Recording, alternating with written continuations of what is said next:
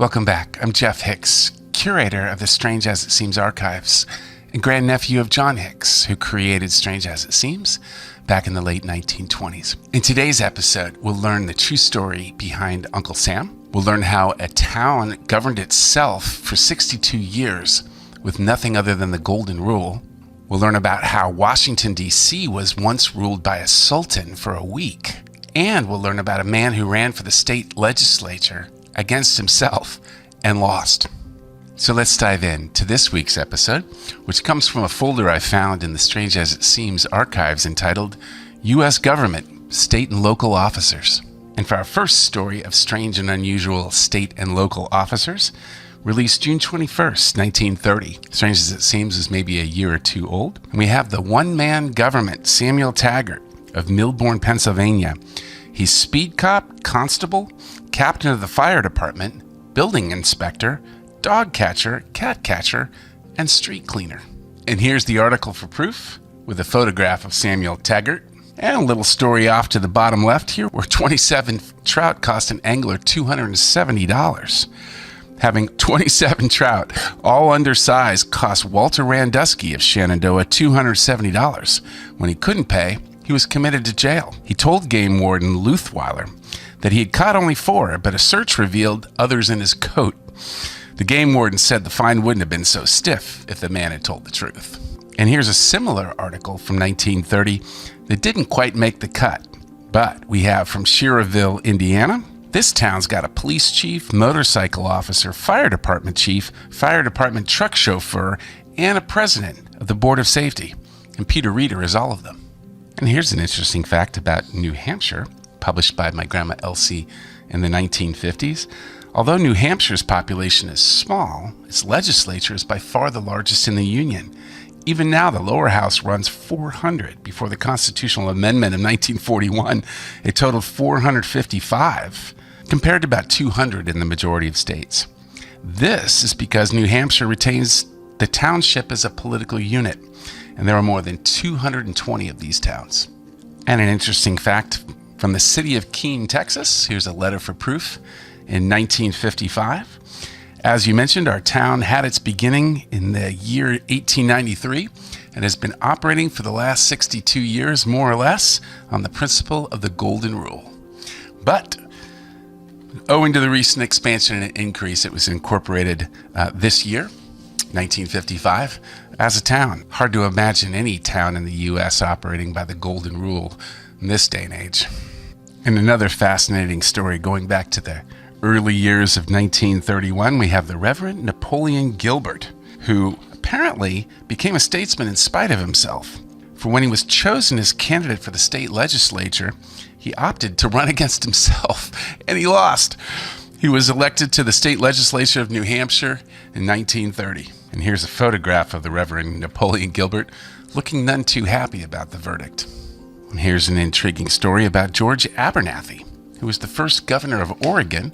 Apparently he was elected governor at the time he was on a visit to the Hawaiian Islands. Didn't even know about it till he got back.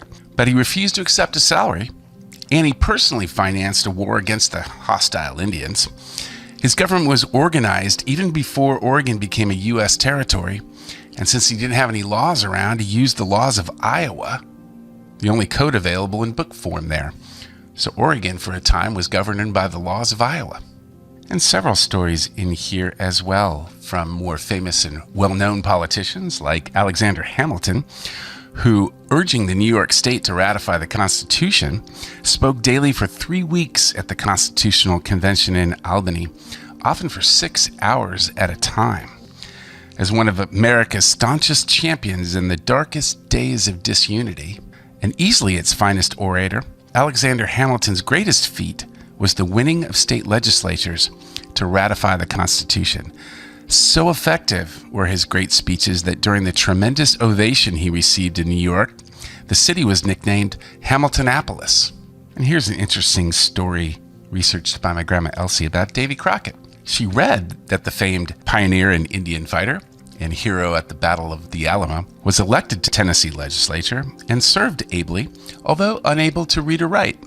So she wrote to the Tennessee State Library and Archives and got this letter back from Mrs. Gertrude Morton Parsley, the reference librarian, that it is true that David Crockett served the state legislature ably and was also a congressman twice. However, it was not true that he could not read or write. His schooling totaled little more than 6 months, but he did learn to read and to write after a fashion. And here an interesting story about the famous politician Stephen Douglas, who was known as bitter rival of Abraham Lincoln. He was unofficially known as the father of Nebraska. He paved the way for the establishment of the state of Nebraska by sponsoring the Kansas-Nebraska Bill, of which he was the author, and by which the territory of Nebraska was organized. As the unofficial father of Nebraska, they passed a bill, the territorial legislature did, to honor him by naming their new capital city Douglas City. They wanted to move it from Omaha to this new capital they called Douglas City.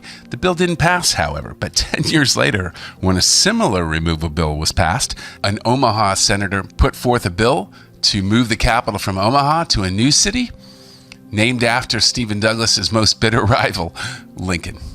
And another fact about Stephen Douglas, published in the 1950s, he was elected Attorney General of the state of Illinois at the age of 21. And another famous politician who started young at the age of 21, Fiorello LaGuardia, the New York's mayor at the time this was published, and of course, who the airport was named after. But he was the consul to Fiume, Italy, at the age of 21. And at 19, he had received an appointment to the office of the U.S. Consular Service at Budapest. And another story from my grandma Elsie about the youngest governor at the time, Governor Frank Clement. Elsie wrote the Tennessee Executive Chamber and got a letter back saying, yes, it's true. He is the youngest governor in the nation, but he's not the youngest in Tennessee's history. There having been another governor, Governor John Chamberlain Jones, who was 2 months younger on his inauguration day of October 15th, 1841. We might point out that he's the youngest governor in over 100 years. And if you thought 21 years old was young, here's a story that goes back to November of 1931. Again, the very beginning of Strange as It Seems, about the Honorable David Nelson Denman, who became a member of the Pennsylvania state legislature when only 5 days old. Here's a picture of David Denman as a state legislature official. Apparently, his mother was a member of the Pennsylvania state legislature and also duly elected member of the House. And having served in the 1931 session in Harrisburg, and they passed the resolution when she gave birth to David Denman and said, whereas this boy, by reason of a rich heritage of mentality, coming from a father and mother who were both members of the Bar of Westmoreland County, and from a mother who has already achieved distinction as a statesman of ability, is well qualified to take his place as the 209th member of the House. And right from the first, David proved to be a born politician. His first official action was to place a big OK on the milk bill. And at the other end of the spectrum, the oldest mayor in the country, James McHenry, 90 years old, the mayor of Dana, Illinois. Fascinating article that this is in the middle of, which was going on. This was from the Boston Post from November 4th of 1928. And there's an article in here about the election of Herbert Hoover. Fascinating. The Democratic voters will only play into the hands of the Republican schemers by voting on this referendum. It's distinctly an anti-Smith plot, a scheme to defeat him. Democratic voters should have nothing to do with this referendum. They should not vote on it at all. It's merely an underhanded trick to fool the public. And in the closing days of the campaign, a great drive is being made for Allen and Young to the exclusion of Hoover. What that Hoover does not actually need to carry Massachusetts to win, but Allen and Young must do so. General Cole should win if the veterans are loyal to him, and if the Allen money does not influence some Democrats. And here we are almost 100 years later, still arguing about underhanded money influencing politics. And another one from my grandma Elsie of John Bigler of California and William Bigler of Pennsylvania, brothers, who were elected governors of their respected states on the very same day, September 3rd, 1851. And here's a picture of one of the John Biglers. Fascinating photograph of the portrait that sits in the State House. And not to be outdone, we have the three cousins, Vernon, Charles, and John Solanders, became mayors on the same day of three Ohio communities, all within a radius of 7 miles of each other, elected on November 2nd, 1937. And here's a fascinating story of two governors that were elected on the same day for the same job. In Louisiana, Louisiana once had two governors at once for nearly 2 months due to an election controversy in 1873. We had John McInerney and William Pitt Kellogg both claimed to be victorious from the election. A New Orleans Citizens Committee unsuccessfully sought redress from President Grant. This was at the time of Ulysses S. Grant. Then supporters of McInerney formed a legislature. And on January 14, 1873, McInerney was inaugurated at Lafayette Square, Kellogg being inaugurated at the same day at the state capitol. A U.S. Senatorial Investigation Committee was appointed to look into the situation and decided that unless the election was held void because of fraud, McInerney ought to be recognized as the legal governor, or Congress must provide for a re-election. McInerney involved himself in an attempt to suppress payment of taxes to the Kellogg faction and ordered an enrollment of the militia. Mass meetings were called protesting the McInerney government. And finally, on March 6th, the McInerney legislature was arrested and imprisoned by the Kellogg party. The federal government then recognized the Kellogg government, and McInerney withdrew from the field. Strange as it seems. And here's a similar story discovered by John Hicks back in 1941 about the city of Sandy Springs, South Carolina, who had two mayors at the same time, the Honorable William Moore and the Honorable Sam Smith. John Hicks writes, "May I have your comments on the subject? How did this situation come about?" And he got a letter back and said, "Well, both received 100 votes, so both took office.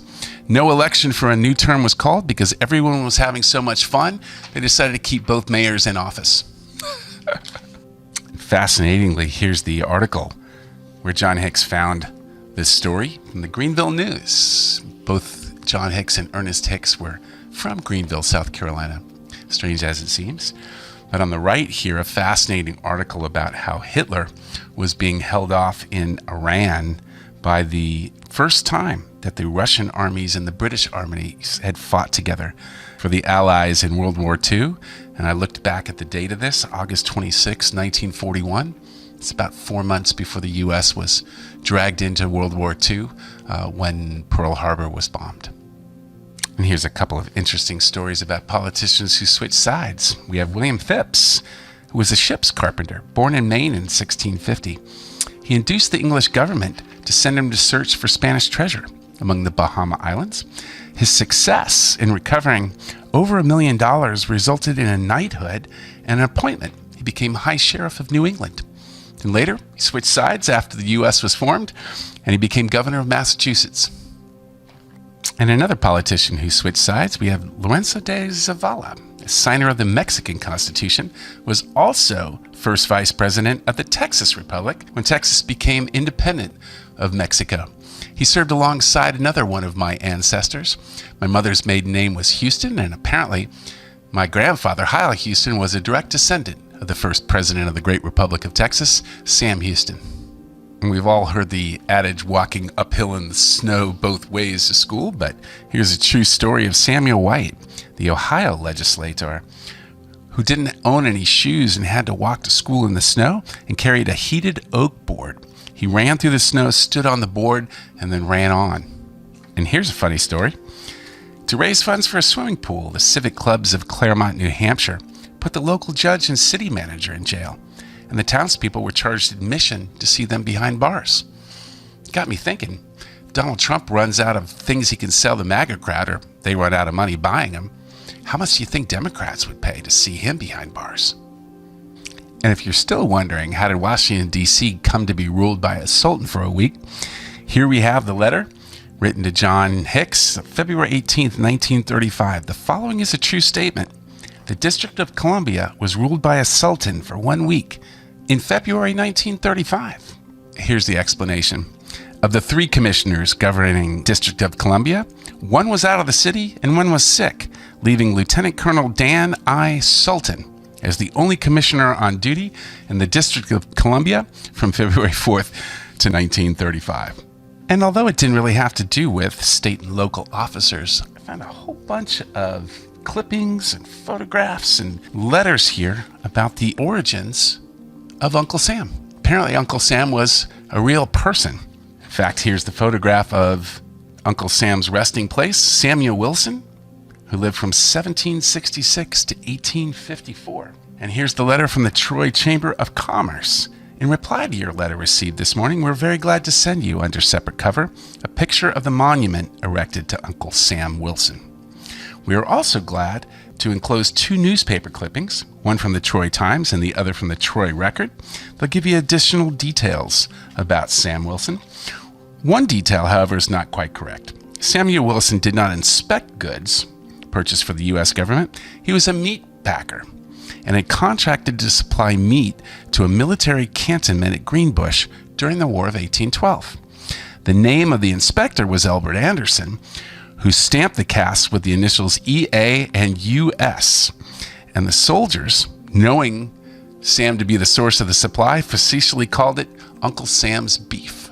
And that's how Uncle Sam came to be. And the most fascinating fact from John Hicks was that Uncle Sam Wilson, the original Uncle Sam, was short and chunky, not long and lanky, strange as it seems. Well, that does it for this episode. As we close the folder on U.S. government, state and local officers and return it back to the Strange As It Seems archives. If you like content like this, stories of the strange and unusual, oddities from history, click the bell to subscribe. Like, follow, comment, post, share this content with your friends. Let me know what stories you'd like to hear. And I'll see you next week for another episode of Strange As It Seems.